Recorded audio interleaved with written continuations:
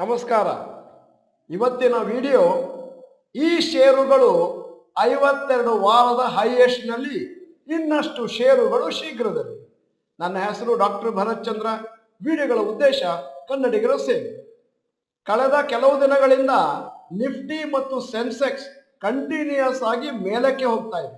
Mid cap ಮತ್ತು small cap ಸೂಚ್ಯಾಂಕಗಳು ಕೂಡ ಅವರ ಲೈಫ್ ಟೈಮ್ ಹೈಯಲ್ಲಿದ್ದಾವೆ. ಸದ್ಯಕ್ಕೆ ಬೇಕಾದಷ್ಟು ಷೇರುಗಳು ಕೂಡ ತಮ್ಮ 52 ವಾರದ ಹೈಯೆಸ್ಟ್ ಇದ್ದಾವೆ. ಇನ್ನೂ ಕೆಲವು ಷೇರುಗಳು ಆ ಸ್ಟೇಜಿಗೆ ತಲುಪುವ ತಯಾರಿಯಲ್ಲಿದ್ದಾವೆ. ಇವತ್ತು ನಾವೊಂದಷ್ಟು ಪಟ್ಟಿ ಮಾಡಿದ್ದೇವೆ. List of stocks at 52 weeks high, Nifty 50ಯಲ್ಲಿ, ನಿಫ್ಟಿ ನೆಕ್ಸ್ಟ್ 50ಯಲ್ಲಿ ಮತ್ತು ನಿಫ್ಟಿ ಮಿಡ್ ಕ್ಯಾಪ್ 50ಯಲ್ಲಿ. ಪಟ್ಟಿ ಹೀಗಿದೆ: stocks at or near 52 weeks high, Nifty 50ಯಲ್ಲಿ. LTI ಮೈಂಟ್ರಿ 52 ವಾರದ ಹೈಯೆಸ್ಟ್ 5462, ಇವತ್ತಿನ ರೇಟು 5405.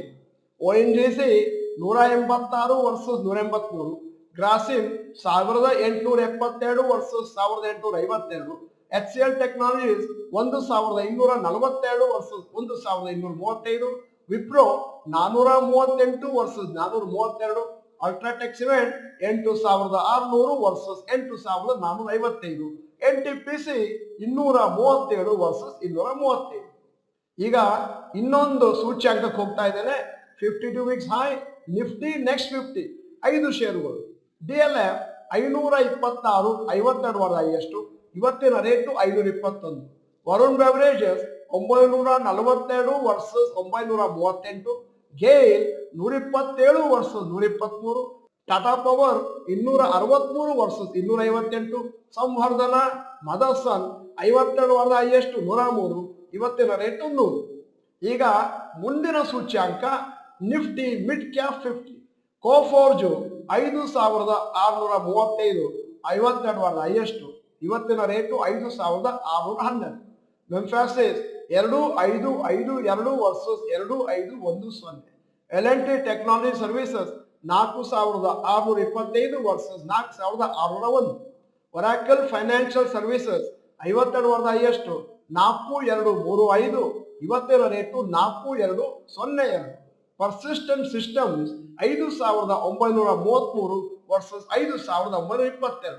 ಮುಂದಕ್ಕೆ ಹೋಗ್ತಾ ಇದ್ದ ಹಾಗೆ LIC housing finance 459 versus 451, ಪಾಲಿಕ್ಯಾಪ್ 5335 versus 5310, Tata communication 1892 versus 1873, IDFC first bank 101 versus 99.2. ಈಗ ಇವತ್ತಿನ ಈ ವಿಷಯದ ಬಗ್ಗೆ ಒಂದಷ್ಟು ಅಬ್ಸರ್ವೇಷನ್. ಮೊದಲನೇದಾಗಿ ಈ ಎಲ್ಲಾ ಕಂಪನಿಗಳಲ್ಲಿ 52 ವಾರದ ಹೈಯೆಸ್ಟ್ ಯಾವ ಸೂಚ್ಯಾಂಕದಲ್ಲಿ ಎಷ್ಟು? ನಿಫ್ಟಿ 50ಯಲ್ಲಿ 7, ನಿಫ್ಟಿ ನೆಕ್ಸ್ಟ್ 50ಯಲ್ಲಿ 5, ನಿಫ್ಟಿ ಮಿಡ್ ಕ್ಯಾಪ್ 50ಯಲ್ಲಿ 9. ಮತ್ತೆ ಇದಲ್ಲದೆ ಸುಮಾರು ಷೇರುಗಳು ತಮ್ಮ 52 ವಾರದ ಹೈಯೆಸ್ಟ್ ಇದ್ದಾವೆ. ಮತ್ತು ಇದೇ ತರನೇ ಅಪ್ ಟ್ರೆಂಡ್ ಕಂಟಿನ್ಯೂ ಆಯಿತು ಅಂತಂದ್ರೆ ಇನ್ನೂ ಒಂದು ಷೇರುಗಳು ಆ ಲಿಸ್ಟಿಗೆ ಸೇರಿಕೊಳ್ಳುವ ಸಾಧ್ಯತೆ ಇದೆ.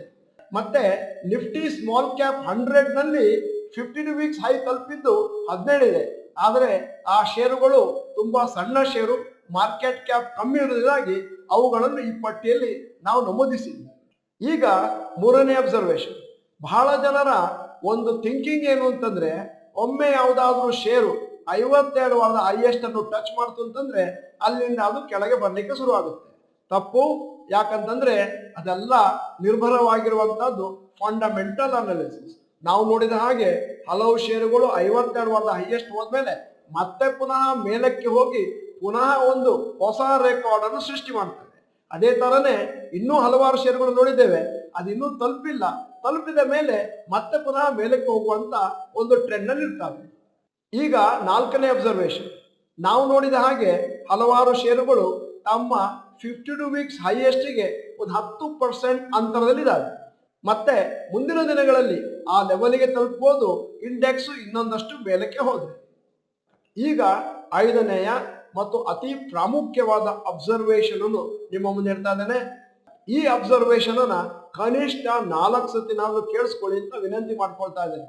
ನೀವು SIP ನಲ್ಲಿ ಷೇರುಗಳನ್ನು ಕೊಳ್ತಾ ಇದ್ರೆ 52 ವಾರದ ಹೈಯೆಸ್ಟ್ ಇದೆಯಾ, ಲೋಯೆಸ್ಟ್ ಇದೆಯಾ ಅಂತ ಯಾವ ಭಯ ಪಡುವ ಅಗತ್ಯತೆ ಇಲ್ಲ.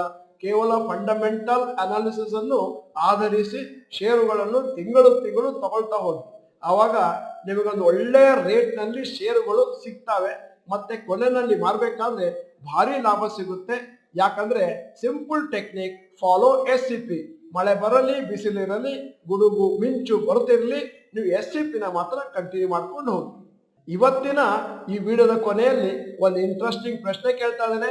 ನಿಮ್ಮ ಇಡೀ ಪೋರ್ಟ್ಫೋಲಿಯೋನ ಹುಡುಕಿ ಅದರಲ್ಲಿ ಕಳೆದ ಕೆಲವು ದಿನಗಳಿಂದ ಹೈಯೆಸ್ಟ್ ಅಪ್ರಿಸಿಯೇಷನ್ ಕೊಟ್ಟ ಶೇರ್ ಅನ್ನು ನಮ್ಮ ಚಾಟ್ ಬಾಕ್ಸ್ ನಲ್ಲಿ ಟೈಪ್ ಮಾಡಿ. ನೀವು ಡಾಕ್ಟರ್ ಭರತ್ ಚಂದ್ರ ಇನ್ಸ್ಟಿಟ್ಯೂಟ್ ಕನ್ನಡ ಚಾನಲ್ ಮೆಂಬರ್ ಅಲ್ಲ ಅಂತಂದ್ರೆ ಇದೀಗ ಸಮಯ. ಸಬ್ಸ್ಕ್ರಿಪ್ಷನ್ ಬಟನ್, ಬೆಲ್ ಐಕಾನ್ ಒತ್ತಿ. ವಿಡಿಯೋ ಚೆನ್ನಾಗಿದ್ರೆ ಲೈಕ್ ಬಟನ್ ಒತ್ತೋದನ್ನು ಮರಿಬೇಡಿ.